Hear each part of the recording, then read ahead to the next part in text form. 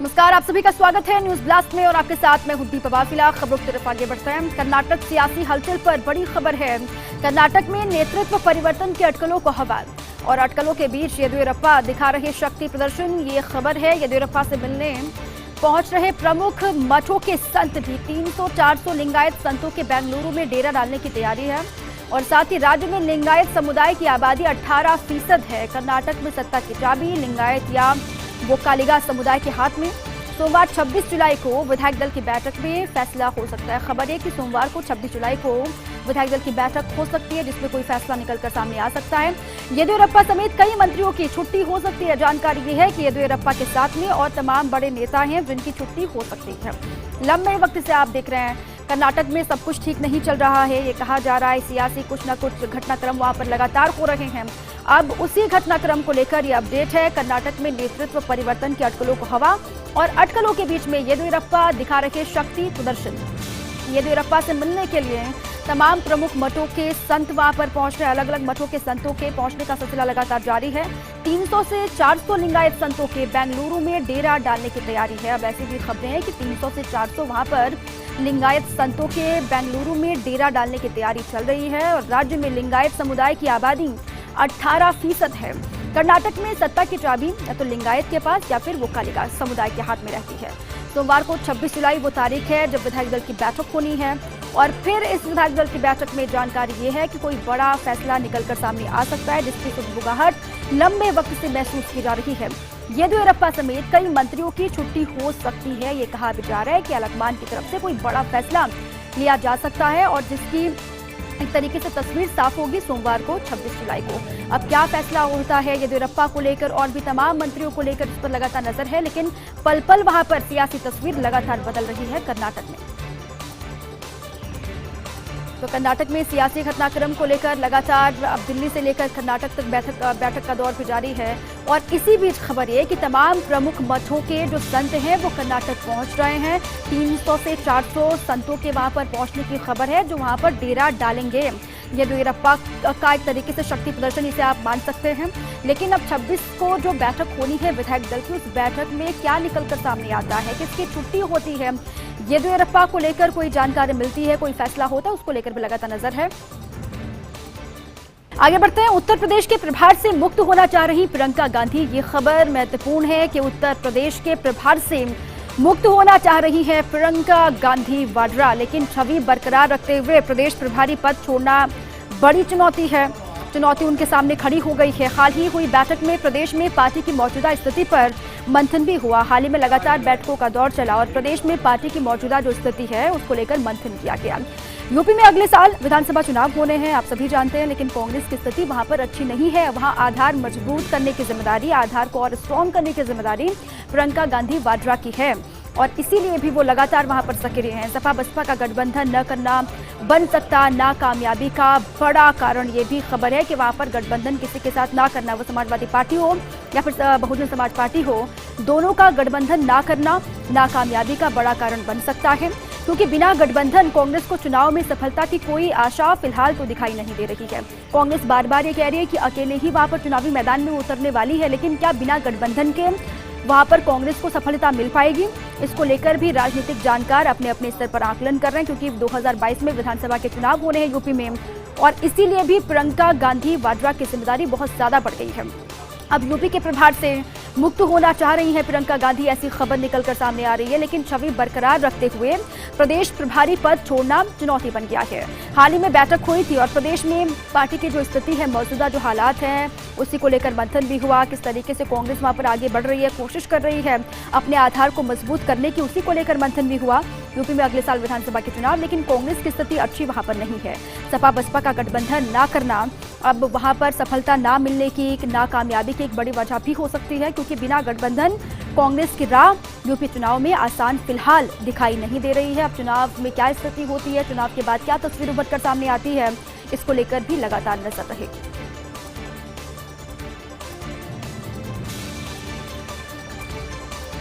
Soft Hindutva की राजनीति पर बसपा प्रमुख मायावती। जी हां, सॉफ्ट हिंदुत्व, क्योंकि चुनाव है इसलिए भी बहुत जरूरी हो जाता है। अलग अलग दलों को आप अक्सर देखते हैं कि जैसे ही चुनाव करीब आते हैं सॉफ्ट हिंदुत्व की छवि राजनीति उनकी दिखाई देती है। अब इसी नक्शे कदम पर मायावती भी दिखाई दे रही हैं। सॉफ्ट हिंदुत्व की राजनीति पर बसपा प्रमुख मायावती ब्राह्मण दलित वोटों को आकर्षित कर अपने दम पर चुनाव लड़ने की तैयारी है और इसी क्रम में अगले सप्ताह अयोध्या से बसपा के ब्राह्मण सम्मेलनों का आगाज होने वाला है। अयोध्या के बाद वाराणसी, प्रयागराज और मथुरा समेत अन्य स्थानों पर सम्मेलन होंगे। वहीं कांग्रेस और सपा भी हिंदू वोटों को आकर्षित करने में लगातार जुटे हैं। वो कांग्रेस हो या फिर समाजवादी पार्टी हो, हिंदू वोटों को आकर्षित करने के लिए, अपने खेमे में लेने के लिए, अपनी झोली में लेने के लिए लगातार कोशिश कर रहे हैं।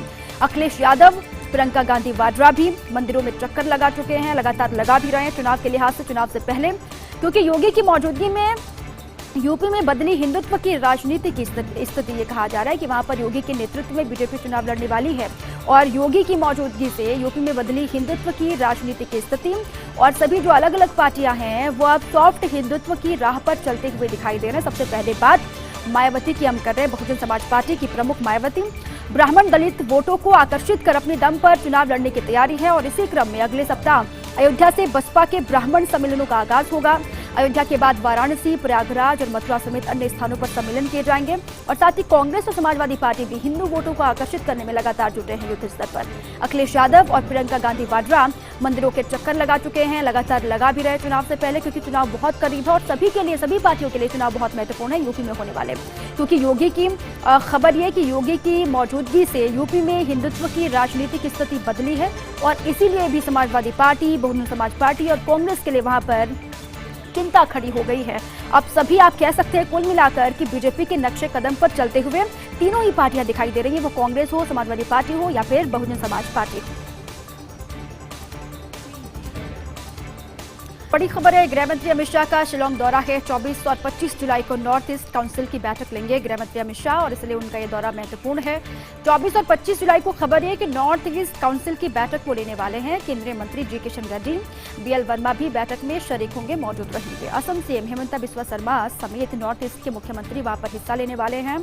अब हिमंता बिस्वा शर्मा वहां पर होंगे, साथ ही नॉर्थ ईस्ट के जो मुख्यमंत्री हैं वो भी इस काउंसिल की बैठक में हिस्सा लेंगे। गृह मंत्री अमित शाह का ये दौरा शिलांग का बेहद महत्वपूर्ण है, अहम है कई मायनों में। 24 और 25 को 2 दिन वो वहां पर रहेंगे और 24-25 जुलाई को नॉर्थ ईस्ट काउंसिल की बैठक वहां पर वो लेने वाले हैं। इसके लिए सभी को जानकारी दे दी गई है।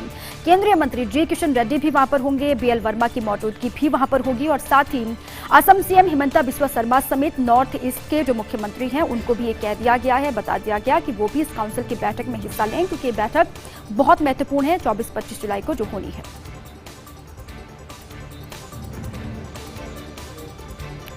उत्तराखंड के बाद अब कर्नाटक और त्रिपुरा में नेतृत्व परिवर्तन की कवायद हो रही है। उत्तराखंड में आपने देखा लगातार एक्सपेरिमेंट किए जा रहे हैं। उत्तराखंड के बाद अब कर्नाटक और त्रिपुरा में नेतृत्व परिवर्तन की कवायद।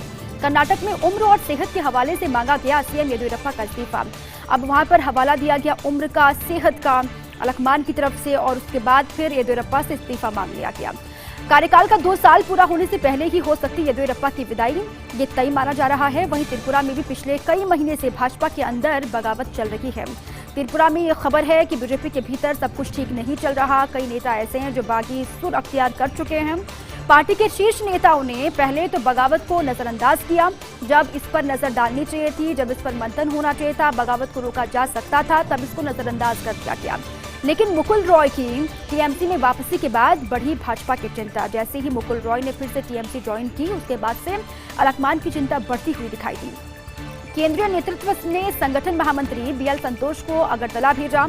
अब अलकमान ने मुख्यमंत्री बिप्लब देव को बदलने का इरादा तय कर लिया है। गृह मंत्री शाह के शिलांग दौरे के बाद त्रिपुरा के बारे में कुछ फैसला निकलकर सामने आ सकता है। ऐसी भी खबर है कि गृह मंत्री शिलांग के 2 दिवसीय दौरे पर हैं। जब वहां से लौटेंगे तो उसके बाद त्रिपुरा के बारे में कोई फैसला निकलकर सामने आ सकता है बिप्लब देव को लेकर। लेकिन लंबे वक्त से खबर ये कि त्रिपुरा और कर्नाटक में कुछ भी ठीक बीजेपी के भीतर नहीं चल रहा है और जल्द ही कोई बड़े बदलाव हो सकते हैं कर्नाटक में भी और साथ ही त्रिपुरा में भी। कर्नाटक की बात करते हैं। कर्नाटक में उम्र और सेहत के हवाले से सीएम येदियुरप्पा का इस्तीफा मांगा गया और कार्यकाल का 2 साल पूरा होने से पहले ही येदियुरप्पा की विदाई तय मानी जा रही है।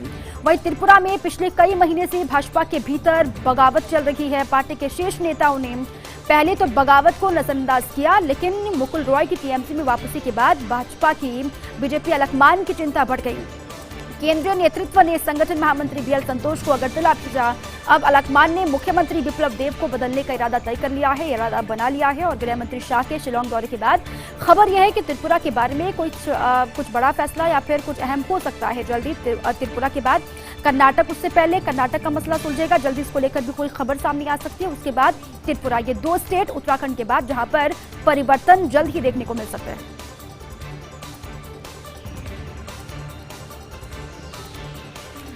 मुख्यमंत्री अशोक गहलोत ने लिखा प्रधानमंत्री को पत्र, कहा बढ़ी जनसंख्या के अनुरूप हो एनएसएफए के लाभार्थियों का निर्धारण।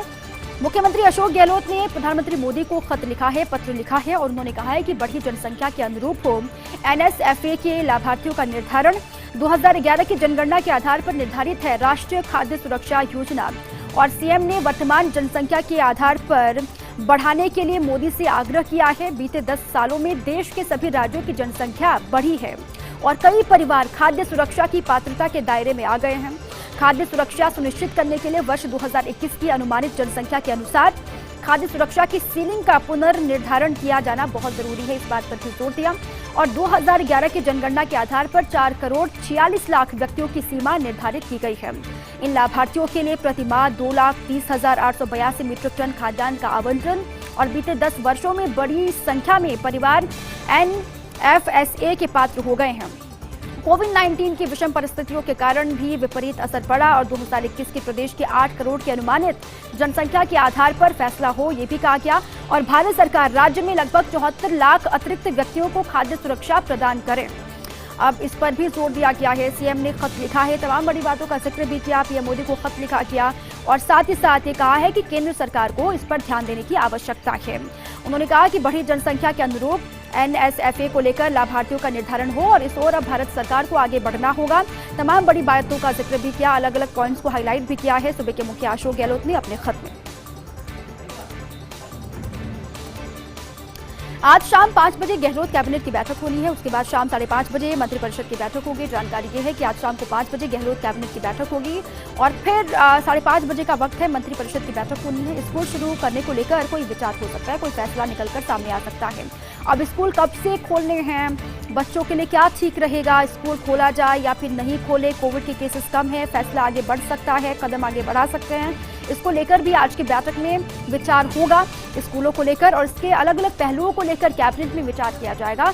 अलग अलग एंगल से ये देखा जाएगा कि बच्चों के लिए सुरक्षित क्या है, बच्चों के लिए जो अच्छा है उनके भविष्य के लिए वो किया जाएगा। सरकार लगातार ये कह रही है और आज की बैठक में भी कोई फैसला निकलकर सामने आ सकता है। तीसरी लहर की तैयारियों की समीक्षा भी होगी। तीसरी लहर के पहले ही संकेत मिल चुके हैं, अब संभावित तीसरी लहर से बचने के लिए क्या इंतजाम करने हैं, क्या ठोस कदम उठाने हैं। जो गलतियां रही पहली और दूसरी फेज में, उससे बहुत कुछ सीखा भी सरकारों ने। अब राज्य की सरकार भी दोनों फेज से सीख करके अब तीसरी लहर से किस तरीके से बच सकते हैं, क्या तैयारी हो सकती है, इसी को लेकर समीक्षा आज करेंगे। टीकाकरण को लेकर भी विचार हो सकता है। वैक्सीनेशन एक बहुत बड़ी चुनौती भी है, सभी को वैक्सीनेट करना है। तीसरी लहर से पहले कोशिश भी की जा रही है कि अधिक से अधिक लोग वैक्सीनेट हों और इसीलिए भी वैक्सीनेशन को लेकर आज की बैठक में चर्चा होगी। अनलॉक से जुड़े बिंदुओं को लेकर भी विचार होगा। अनलॉक धीरे धीरे चीजें हो रही हैं, अब अलग अलग पॉइंट्स को लेकर भी विचार विमर्श किया जाएगा कि क्या क्या चीजें अभी खोलनी बाकी रह गई हैं, जो खुली हैं उसको लेकर लोग किस तरीके से रिएक्ट कर रहे हैं, लोग कहाँ पर जो लापरवाही बरत रहे वहां पर किस तरीके से आगे बढ़ना है, अलग अलग जिलों के हालात क्या हैं, इसको लेकर भी मंथन होगा। विधानसभा के मॉनसून सत्र में रखे जाने वाले विधायी कार्यों, प्रशासन शहरों के संग और प्रशासन गांवों के संग अभियान की तैयारियों की समीक्षा भी होगी। अलग अलग जो अभियान चलाए जा रहे हैं उसको किस तरीके से आगे बढ़ाना है, किस तरीके से अलग अलग जिलों में आगे बढ़ना है, इसको लेकर भी एक पूरा रोड मैप तैयार होगा। प्रशासन शहरों के संग और साथ ही प्रशासन गांवों के संग अभियान की तैयारियों को लेकर भी समीक्षा की जाएगी। कुल मिलाकर के जो बैठक होनी है आज कैबिनेट की मंत्रिपरिषद की, वो दोनों ही बैठकें बहुत महत्वपूर्ण है अलग अलग लिहाज से। कोविड, वैक्सीनेशन, तीसरी लहर और इसके अलावा भी स्कूल खोलने को लेकर कोई बड़ा फैसला निकलकर सामने आ सकता है, यही उम्मीद की जा रही है।